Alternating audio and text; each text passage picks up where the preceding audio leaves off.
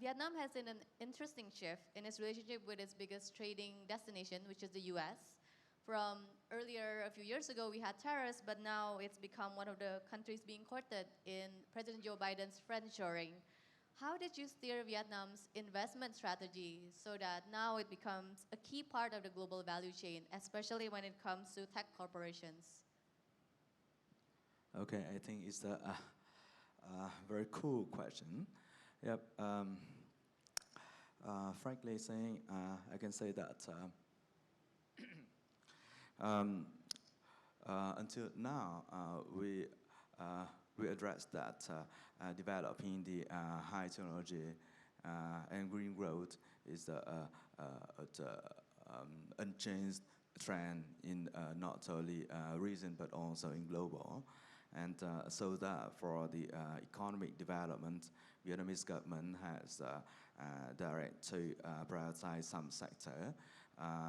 And we are focusing to develop some prioritizing sector, including the high technology, innovation, digital exchange, circular economy, green economy, and of course to develop the renewable energy, and to take advantages of that friendship by the, like you mentioned about the policy of Joe Biden, or to attract the potential foreign investors into those prioritized sectors.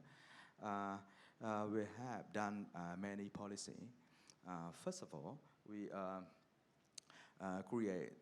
we try to improve continuously the legal framework to encourage to invest into those sectors. For example, we give the special incentive to high technology based on the law on investment and based on the Decree 31 signed by the National Assembly. We are giving the very special incentive to the project in the sector of high technology with the tax only about 10% for 15 years. And not only that, by the decision 29 signed by the Prime Minister of Vietnam 2 years ago, we are giving the very special incentive to some projects which are which have some criteria. First of all, is a big scale project. Second is invest in the high technology and have the connection and invite the Vietnamese enterprises into the value chains. And so that if the project can meet the criteria based on the decision 29, the project can get the very special incentive with the CIT corporate income tax, just only 5% for maximum 37 years. And I think that with that special incentive policy, it very competitive in the region. So that I believe that with that special policy, we can attract the potential investor in those prioritized sector. And some more policy that we are supporting, that Vietnamese government is trying to be signed with the foreign investors. We always receive the issue from foreign investors, and we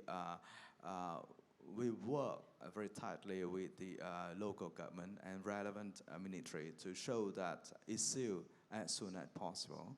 The Prime Minister also create the steering committee to show the issue of the foreign investment project.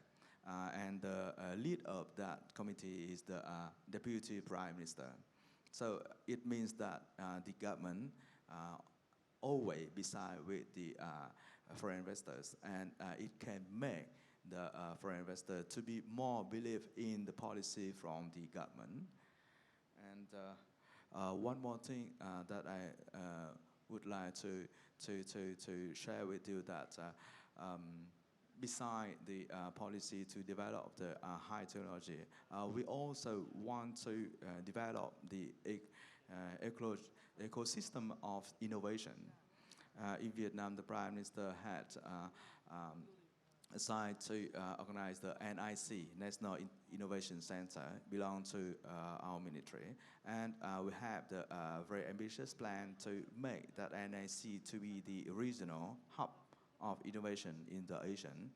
And now we have the cooperation with Singapore, for example, to have the bridge to exchange the information, to exchange the knowledge, and to support the enterprises in terms of innovation or high technology. And if you invest into NIC, you can get a very special incentive. And now we are attracting many big corporations, not from US, EU, Japan, Korea, to make NIC to be a hub of innovation development. And actually, until now, we are receiving many delegation enterprises from many countries like US or EU, especially from Taiwan. Yep, they are very interested in about the opportunity to invest into high technology, and that's why I see that we are taking advantages of developing high technology and attracting foreign investors. And your second point is what? Oh, so my second point was, how did you actually steer Vietnam's investment strategy to successfully become a key part of the value chain despite all the geopolitical challenges? Yep, I mentioned that. Okay, thank you.